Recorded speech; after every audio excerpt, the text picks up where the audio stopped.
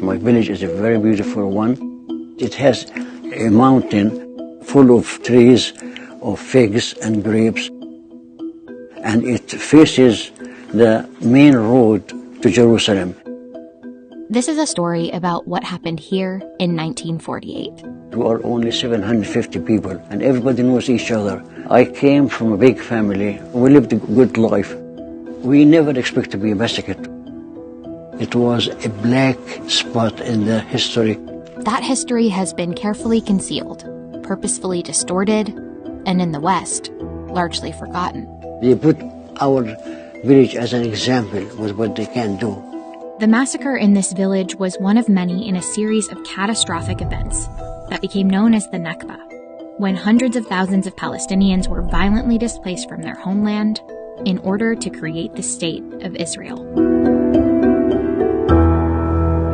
In May of 1948, a new Jewish state, Israel, was born in a bath of blood. The borders of Palestine have been changed forcefully over time, but historically, this region has been home to Palestinians for centuries, with hundreds of villages and thriving cities. One of them being the central city of Jerusalem, with holy sites important to Jewish, Christian, and Muslim people. By the late Ottoman Empire, Palestinians living here were overwhelmingly Muslim, with minority Christian and Jewish native populations too. But regardless of religion, Palestinians were often referred to as Arabs, people of the Arabic-speaking world, despite their distinctive culture. Palestinians have long distinguished themselves as Ahl Palestine, or the people of Palestine. They developed a distinctive Arabic accent, they developed regional food, regional dress, and family ties. But by the time World War I began, several key political forces were competing for control of these lands. First, there was a growing Arab political movement, looking for independence from the Ottoman Empire in hopes of a unified Arab state that would include Palestine. Then there were Zionists, a political group that had one main goal: the creation of a Jewish state. Zionism was a response to an increasingly brutal climate for Jewish people, particularly in Europe and Russia, where there was a massive wave of anti-Semitism, including large-scale attacks in the late 1800s and early 1900s. After briefly considering other areas for a new state, including Uganda and Argentina, Zionist leaders decided on Palestine because of its connection to early religious history. But there was a third key group with political interests here: the British. Control of the region would allow them to expand their spheres of influence and protect trade routes to India. During World War I, since both the British and the Arab independence movement wanted Palestine, they decided to go after the Ottomans together with an important pledge. Through a series of letters in 1916, an Arab leader and a British official agreed that if Arabs would help the British fight the Ottomans and give the British economic and other foreign privileges in Arab lands, in return, the British would recognize and support an independent Arab state. Soon, the Arabs started doing their part in revolting against the Ottomans, making it easier for the British to move in. But the next year, the British issued a new declaration and betrayed the Arabs. In 1917, Lord Allenby conquered the Holy Land, and the Jews were promised a national home in Palestine.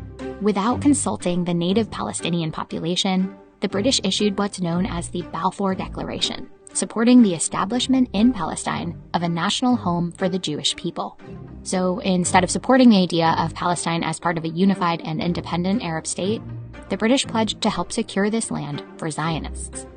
It was a strategic move. This declaration opened up a pathway for Britain to gain power in Palestine, under the guise that it was supporting the self-determination of another people, of a people in Palestine who don't reside there yet.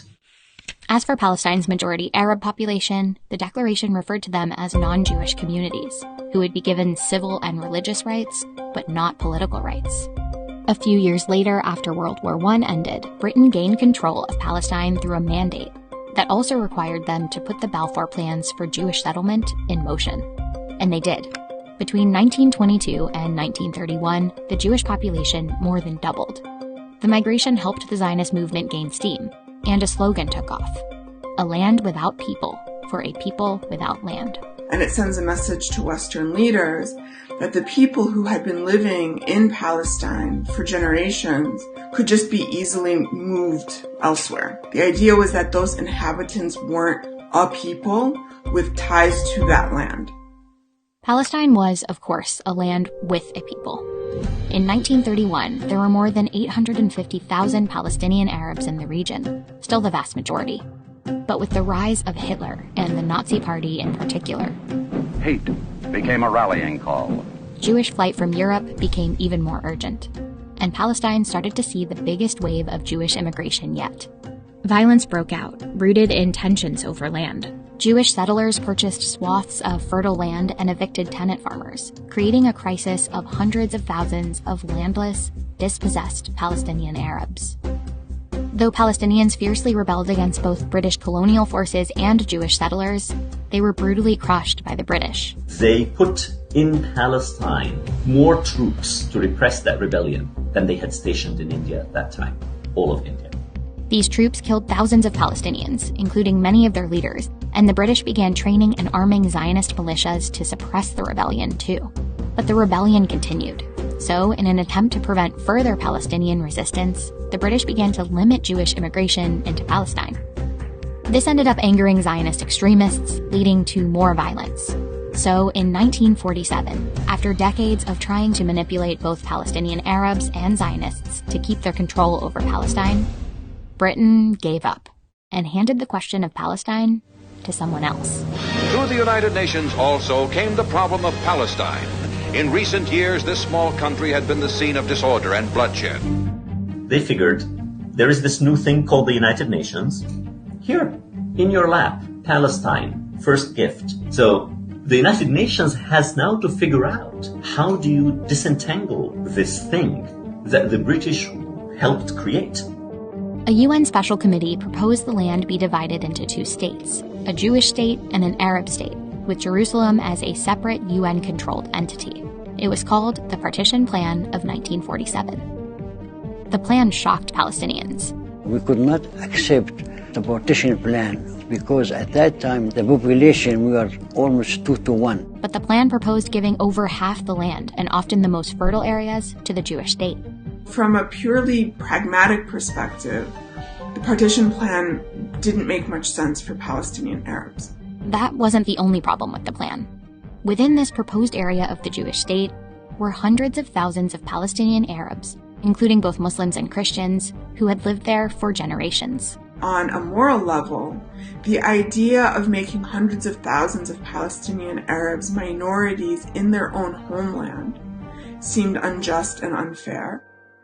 In November 1947, the UN put the plan to a vote. In the aftermath of the Holocaust, and after lobbying from US leaders and Zionists, the UN voted in favor of partition. And finally, a momentous decision to partition the Holy Land's 10,000 square miles. Britain announced their mandate over Palestine would end on May 15, 1948, even as Palestinians continued to reject the UN's decision to partition the land. After the partition took place, in 1947, we really were scared something might happen to us. By the end of 1947, Zionists had several well-developed paramilitary forces, the largest one known as the Haganah, and more extremist militias like Irgun. On March 10th, a couple of months before the British mandate would end, the Haganah adopted what was called Plan Dalet, or Plan D. On paper, the main goal was to gain control of the Jewish state, as laid out in the partition plan, while also defending Jewish settlements outside of the borders. In reality, that's where the majority of these operations took place, outside of the UN's proposed Jewish state. Some carried out by Haganah and others by more radical militias. Many of these operations focused on isolating Jerusalem and the roads to it. A set of brutal instructions called for the destruction of Arab villages by setting fire to, blowing up, and planting mines, especially those population centers which were difficult to control. In case of resistance, it called for the population to be expelled outside of the borders of the state, villages emptied, and for the occupation and control of Arab villages along main transportation arteries. One of the most widely publicized village massacres happened here in Deir Yassin. We lived in Deir Yassin, which is about 4 miles west of Jerusalem. 91-year-old Dawood Assad was there the day of the massacre and was 18 at the time. We saw one night, the night before, a movement of lights, armored trucks moving around, moving like this. So we know that something is wrong, That's why we knew that something is going to happen to our village. On April 9th, 1948, extremist Zionist forces, executing Plan D, closed in on Deir Yassin, even though the village had made a local peace pact with neighboring Jewish settlements. Friday morning, they attacked us. My uncles, they were shooting at them, and I was there loading the gun for them and shooting. We fought about almost 2.5 hours. They found my uncle, and they put him on the wall, and they shot him 8 bullets in cold blood. My grandmother, she went in the village to see my mother. On her way, she got shot. My brother Omar fell from her shoulder to the floor, but the floor was a concrete one. Dawood escaped through a trench. I went down all the way down here like this. So it was 4 hours walking to Jerusalem. To this day, the archive of the Israeli army refuses to release many of the images and intelligence reports on Deir Yassin. But one UN report detailed circumstances of great savagery, including women and children stripped, lined up, photographed, and slaughtered. Roughly 100 people, largely children and the elderly, were killed in the village. As for Dawood, he later reunited with the group of Deir Yassin captives in Jerusalem, including his sister and mother.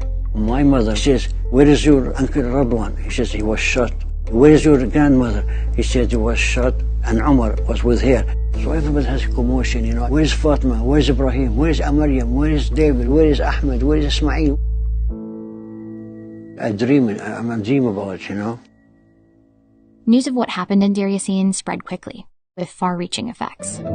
The Zionist militias used it as a propaganda tool to tell people about it everywhere. The idea was that if you don't leave, we will do to you what happened in Deir Yassin. Stories came out about women being raped, about babies being killed, and induced a great deal of fear among the Palestinian Arab population, many of them fleeing as a result.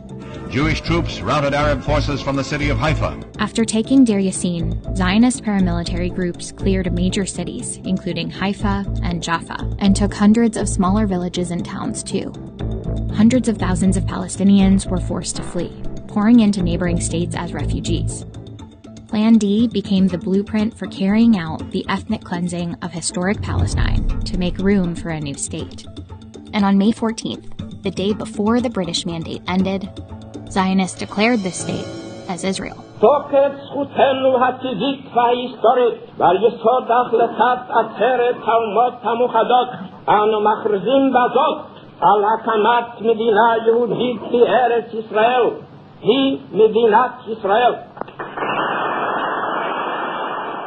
But the creation of Israel didn't end the Nakba. Neighboring Arab countries that were overwhelmed by Palestinian refugees immediately went to war with Israel. Now united in a League of Arab States, they are insistent that the entry of refugees into Palestine must be ended. The fighting lasted for months. Arab armies eventually lost while Palestinians continued to be killed and forced out throughout that time. Palestinians who fled often carried only enough to stay away for a few weeks, hoping they'd eventually return home. A lot of them locked their doors, put their key in their pocket, and then moved to safer ground. When you leave the house and you take your key with you, it's because you're planning to go home. In the case of the Palestinians, those refugees weren't allowed to return. Refugees trying to return were often shot at. Zionist paramilitary operations also tried to prevent them from returning again by destroying the villages. That act of preventing their return compounded the Nakba. So the Nakba is both the forcible displacement of Palestinians from their homes and lands and country, as well as preventing them to return once the fighting was over. Palestinian society was dismembered, crushed. More than half of the Palestinian people became refugees, stateless, dispossessed of their land. Over time, the State of Israel covered up the physical evidence of an Arab Palestine. Place names were often changed from Arabic ones to Hebrew ones. The Jewish National Fund embarked on a massive effort to plant thousands of acres of pine forests and recreational areas on top of hundreds of ruined Palestinian villages. Even though these forests have now grown into big pine trees, Palestinians have not forgotten their homelands. While we know that roughly 6,000 Israelis lost their lives in the violence of the Nakba, records for Palestinian deaths weren't kept. It's estimated to be around 15,000. By the end of the Nakba, roughly 750,000 Palestinians had been forcefully expelled, and more than 500 villages destroyed. Though the UN's partition plan allotted Israel 56% of the land, through the Nakba, Israel captured 78% of the land.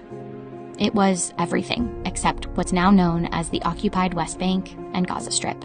Today, that's up to at least 85% of the total area, turning 6 million Palestinians into refugees without a homeland. It's why, around the same time that Israelis are celebrating Independence Day, Palestinians are out protesting on May 15th, holding up keys as a symbol of the homes they lost and the hope to return. For them, the Nakba isn't just a moment in history. It's a catastrophe that never really ended. I'm a dream about it, you know. We lived a good life till 1948 when we were displaced.